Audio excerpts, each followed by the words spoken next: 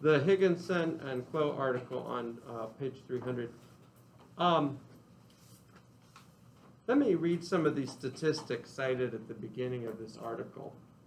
These statistics are a little bit dated, but actually having watched the data for a long time, I can tell you that things have gotten a bit more extreme than this. So at the bottom of page 300 in the second column, in September 2009, the Guardian's annual survey of directors' pay found that nearly a quarter of chief executives in the FTSE 100, that's the UK's version of the S&P 500, received financial packages of salary, bonuses, and shares totaling more than £5 million. Okay. Then some other statistics are cited. A little further down in that same paragraph, next page, how do such earnings compare with that of the average British worker? The average full-time employee who worked for an FTSE 100 company earned just over £26,000. This is some time ago, and remember the exchange rate was a little bit different then. This means that the pay differential between chief executives and average workers in such companies now stands at over 100 to 1. In 1970, the differential was approximately 10 to 1. Okay, the United States actually has much more extreme numbers than the UK. So if you look on page 301 at the top of the second column, Goldman Sachs is an American firm with a strong base in London. This leads to the observation that while the figures for UK executive remuneration, considered in both absolute and relative terms, give cause for concern, the comparative figures for US companies show much greater extremes. A typical chief executive in the top 200 US companies earned about $9 million in 2008. Again, these numbers have become more extreme since then. This is about 250 times the $37,500 pay of an average worker. Okay, so if I were to put a graph up here, and this would be the time axis, and this would be the pay axis. Okay, and let's start the graph at 1960, and we'll go to 2020. What we would see is average worker pay, and I'm not adjusting for inflation, it would increase slightly, okay? It has increased slightly, but what we would also see is that proportional CEO pay has done this. Okay, and it's become even more extreme since 2020. Now, there is a case to be made for high executive pay. Okay, and so I'm going to pitch that here for just a minute before I make the case against high executive pay. An argument in favor of executive pay, and again, most of the pay packages of American and UK and Western executives take the form these days, at least for publicly traded companies, of stock options. Okay, they take the form of stock options. The idea being that this aligns the executive's interests with the interests of the shareholders, since the executive, in seeking to enrich himself, will do what he can to also improve the lot of shareholders, in that they will both be paid in the same currency. Okay, so high executive pay is defended by those who argue that high executive pay promotes right incentives.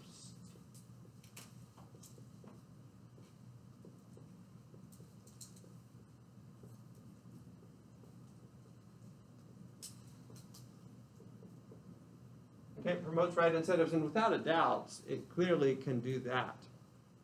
Okay, so one of the arguments that Apple has made for many years is that their very high levels of executive pay are justified because their executives bring a lot to the table, and there would be greater turnover, and they would have trouble keeping execs if they didn't pay them the high numbers that they do, since those execs would, of course, be offered other pay packages elsewhere and would be tempted to go elsewhere. Okay, when executives are given high pay packages, they have incentives to stay, so to be loyal, and also to work hard, to do their very best to find whatever they can to make the company more efficient or to improve production processes, create or innovate, etc.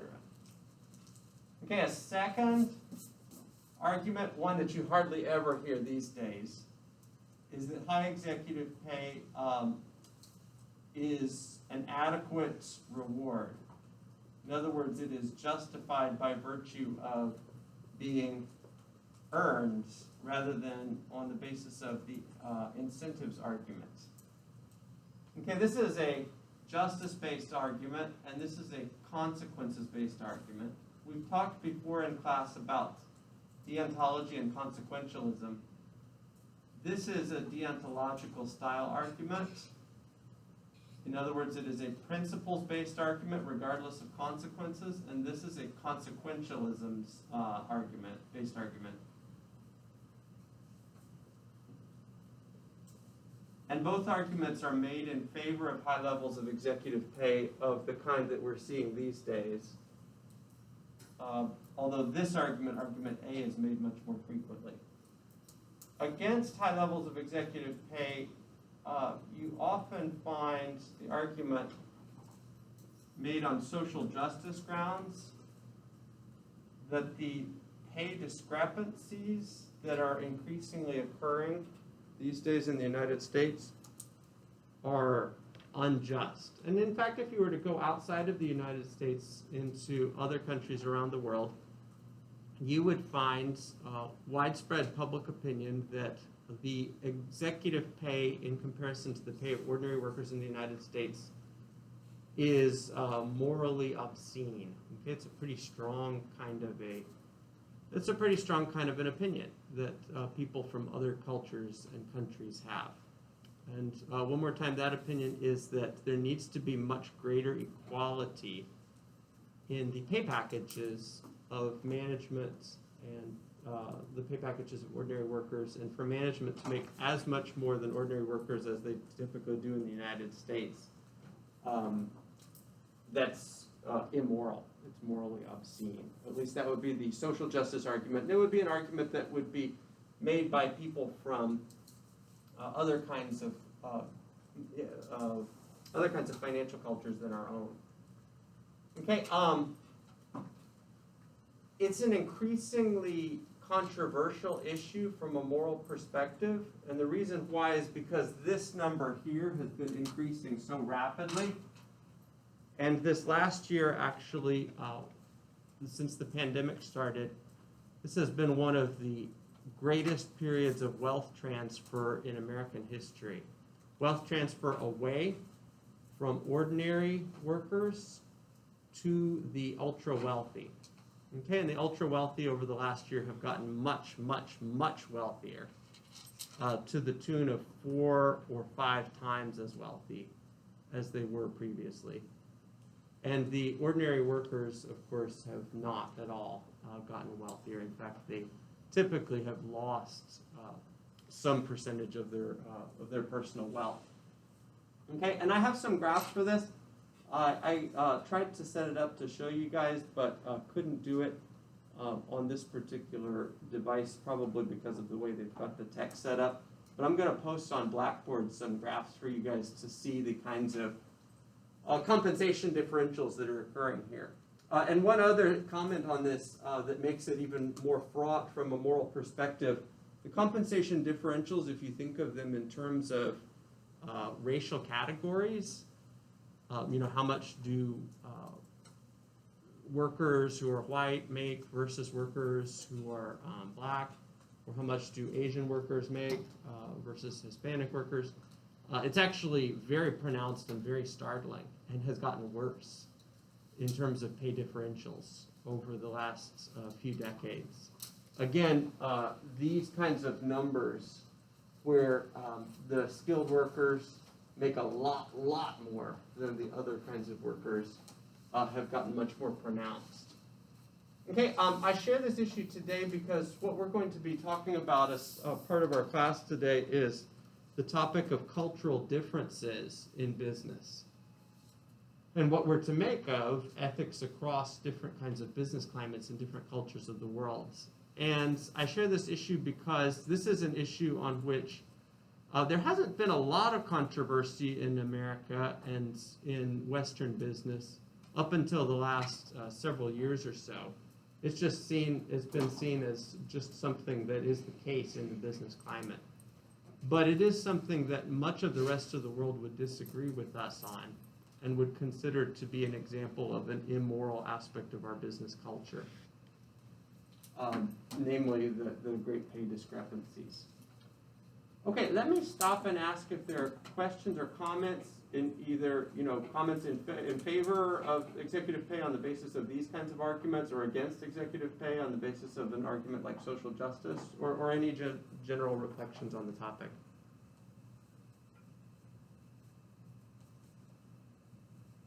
You guys are all expecting to be execs, so you're like, yeah, I've got no problem with this. Okay, fair enough.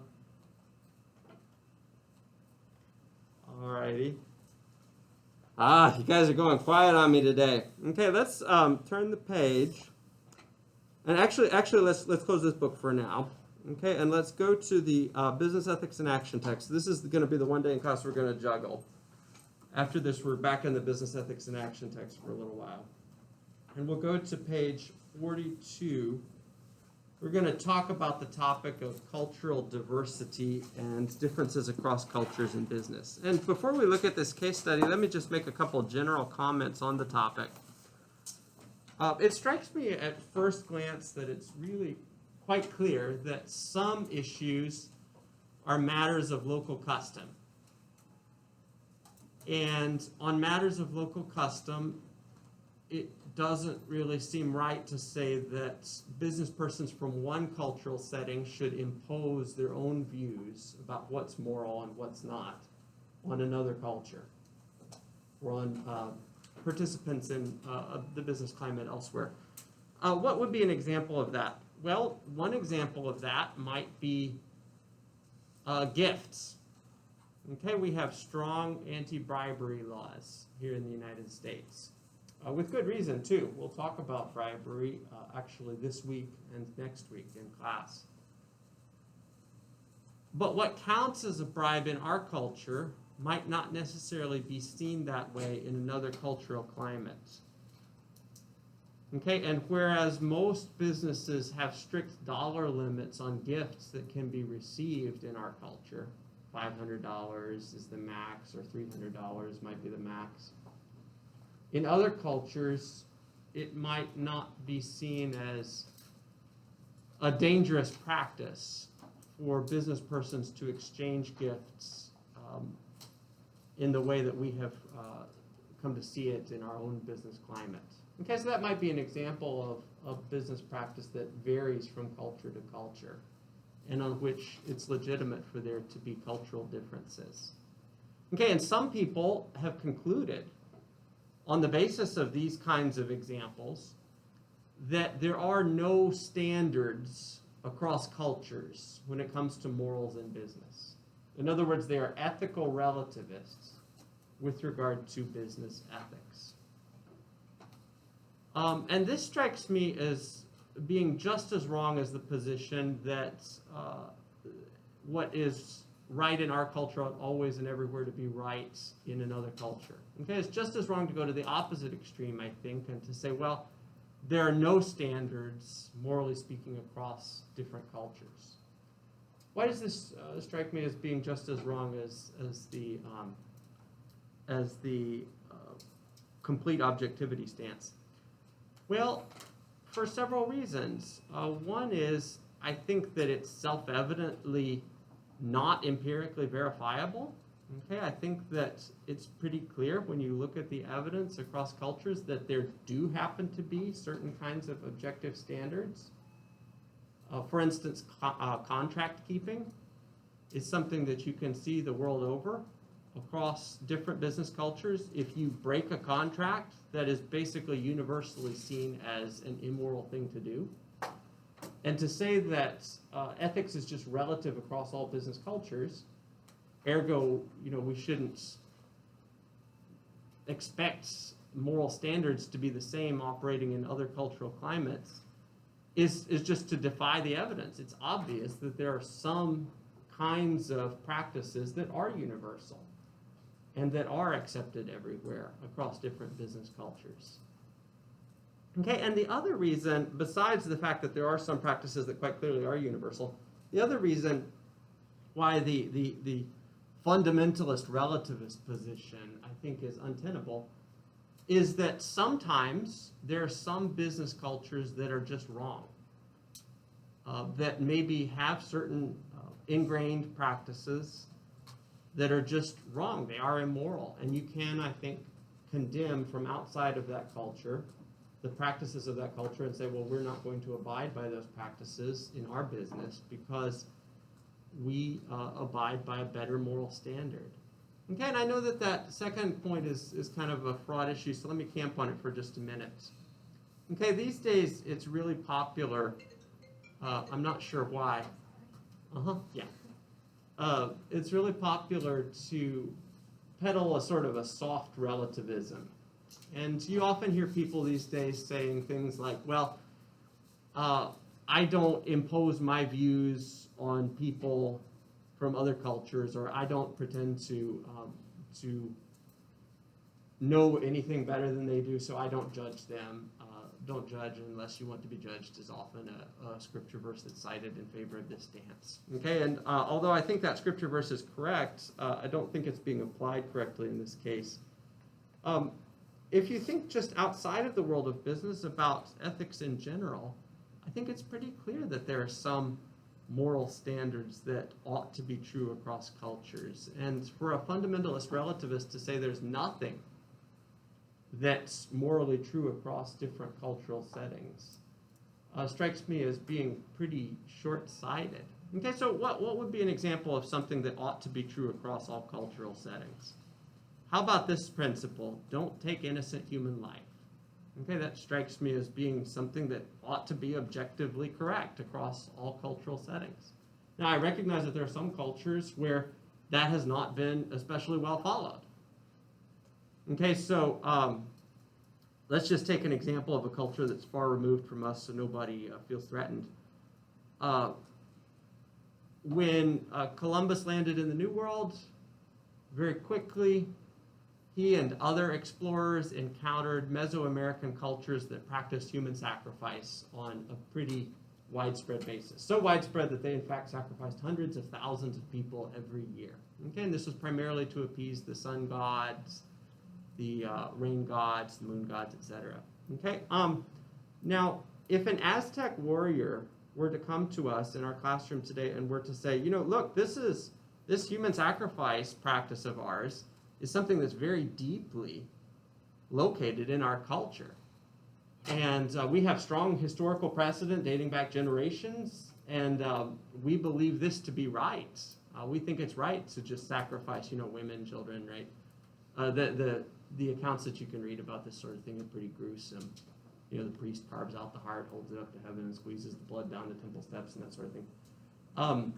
Right? Okay, so that's a practice that's deeply rooted in the culture. And if he were to come to us, the Aztec warrior, and were to say, you know, that's what's right for us, and who are you to judge us? I think that and I hope that all of us in this room could say, yes, we can judge you, and yes, you are wrong. And yes, it is possible for your entire culture to be wrong. If a culture is pretty clearly taking innocent human life on a widespread basis, I think that it's perfectly legitimate to judge them and to say they're acting immorally. Okay, as a Christian, I believe that human beings are sinful, and it's possible for people to sin en masse in entire cultures. And it's possible for an entire culture to have deep practices that are deeply wrong. At the same time as, you know, even if they have been practiced for a long time. Okay, so I don't buy, at the end of the day, the soft relativist view that it's all relative across cultures. That strikes me as being just as fundamentalist as the view that everything is objective across cultures. I think there pretty clearly are some standards that are and ought to be the case across cultures, in business and in life, not just in a business climate, but more generally in life as well. Okay, and so what we're going to do in this class session today is we're going to talk about some different standards across cultures when it comes to particular topics, and we're going to talk about the extent to which we can assert objective morals or universal morals and take moral stances, even in spite of cultural differences. Okay, before we look at the Manville case here on page 43, let me ask if there are any general comments or reflections on the topic of moral universals or ethical relativism across cultural contexts.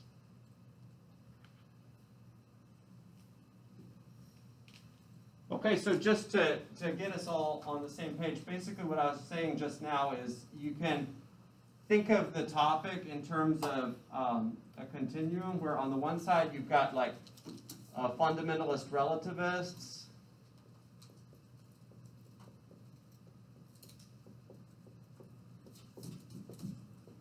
who say it's all relative across cultures, morals that is, are all relative across cultures. And on the other side you have objectivists or universalists, morally speaking,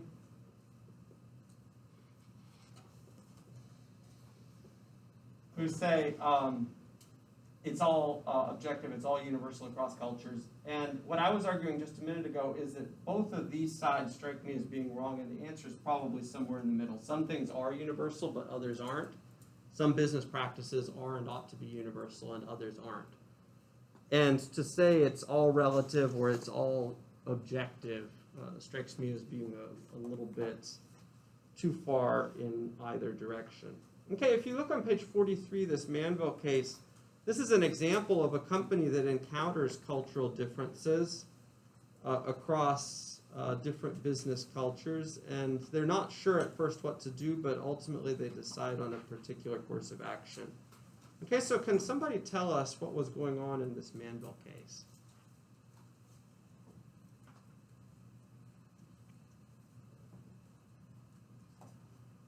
I shall call upon someone. Maddie, what was going on in the Manville case?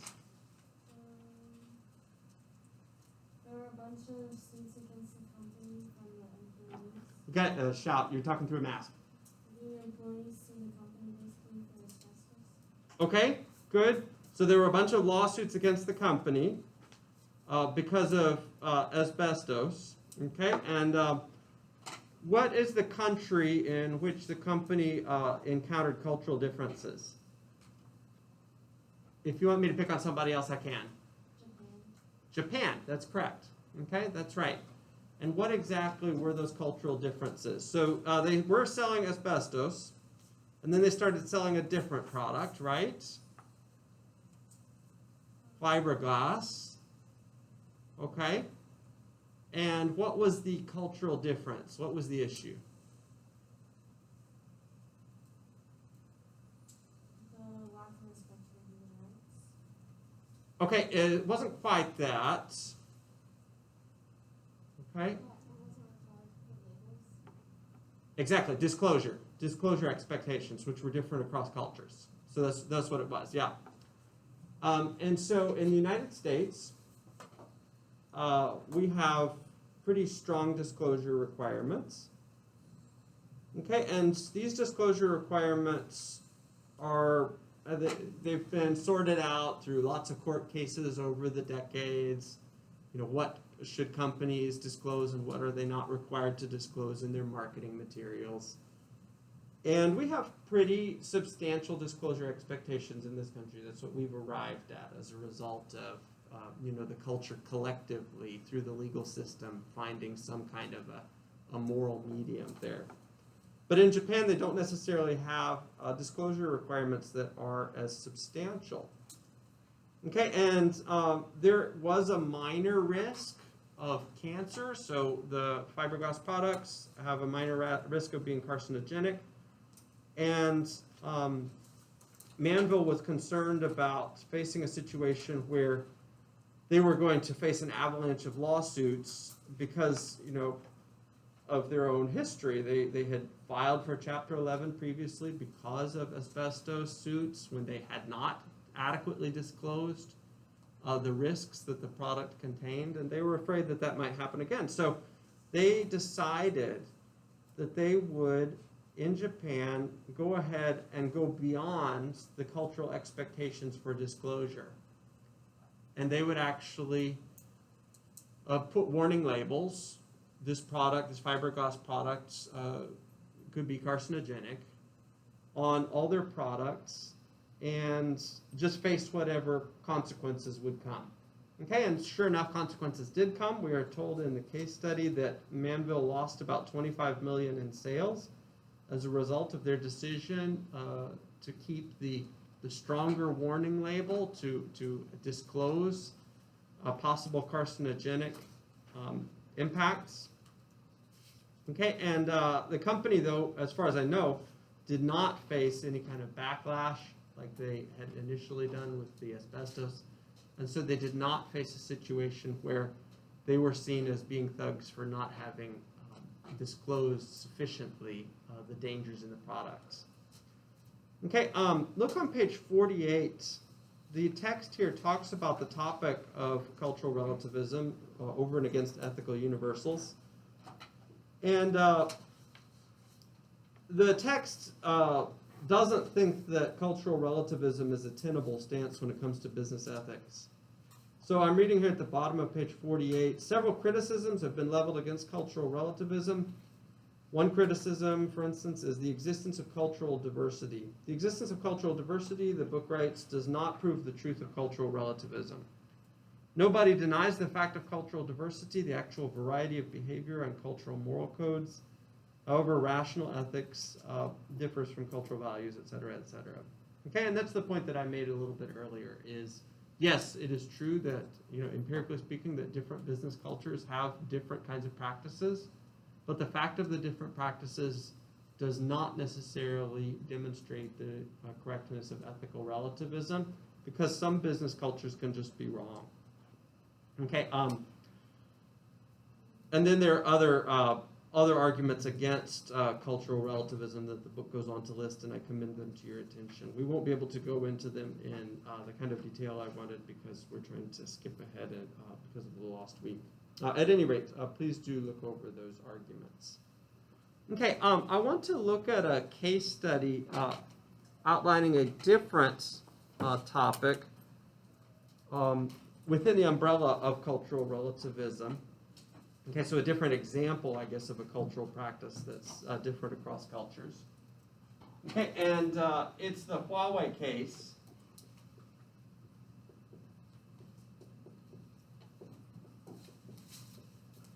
Okay, has anybody purchased Huawei products before? Anybody? No one? That surprises me a little bit. Huawei has been blacklisted by the U.S. government. They are restricted in a variety of ways. I don't know right now what the exact stance of the government is on their electronic sales in the United States, but the reason why is because they've been seen as going above and beyond normal corporate practices in their espionage tactics.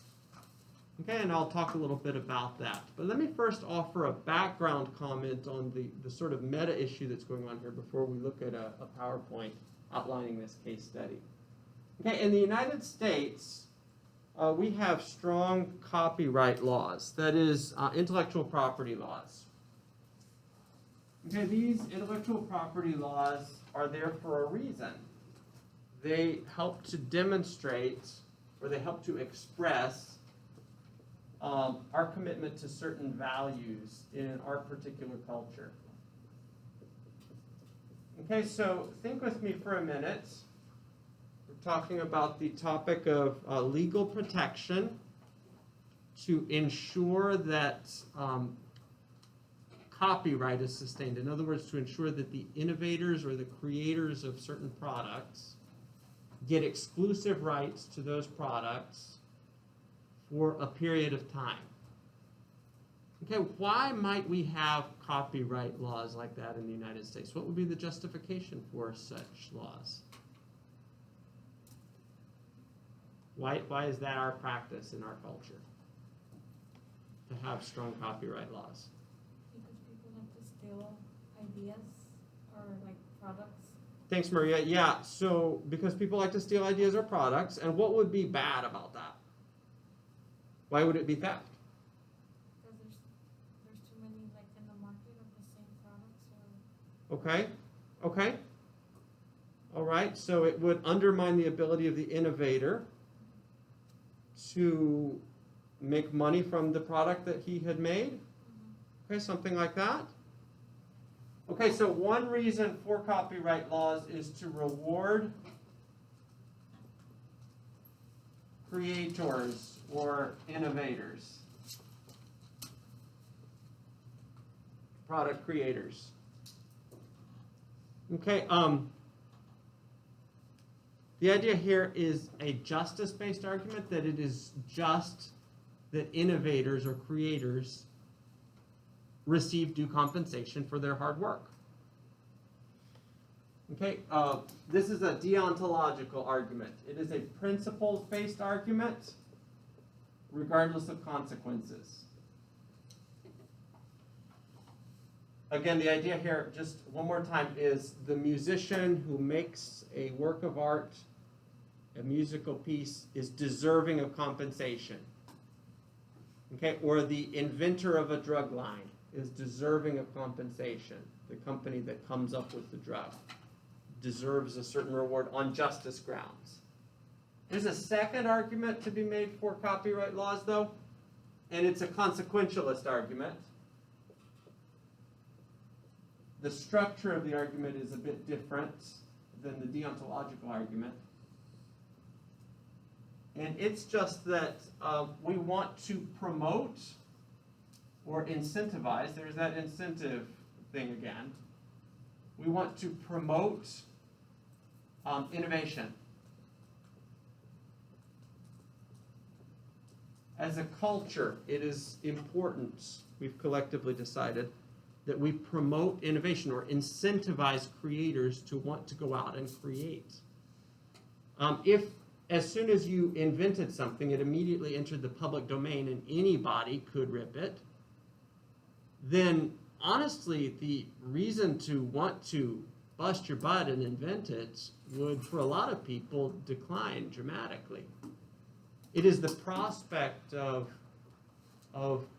personal advancement that we're trying to harness here, and the prospect of personal advancement is something that has motivated many, many, many people in American history for centuries to come up with innovations that have been good for the society as a whole. Okay, so two arguments in favor of strong copyright laws. One is a justice argument, that creators deserve a just reward, and the other is a consequentialist-based argument that we want to promote innovation. Okay, now, when I was in graduate school, I had a Chinese housemate, Li Yong. Li Yong was from Wuhan, which actually came to fame this last year because of the virus, the COVID-19 virus, which broke out there. Anyway, Li Yong was here studying in the States, and he came out of his room one day and he said to me, "Jeremy, my laptop won't run. You gotta help me, man." So I said, with my computer skills, I'm not especially good, but I know a few things. And so I said, all right, well, let's run a security check and see why your laptop is running slowly. And I did, and I found about 10 or 12 Trojans on his computer, okay? So I looked at him and I said, "Li Yong, what websites have you been visiting?" And he said, "Oh, everyone in China does this.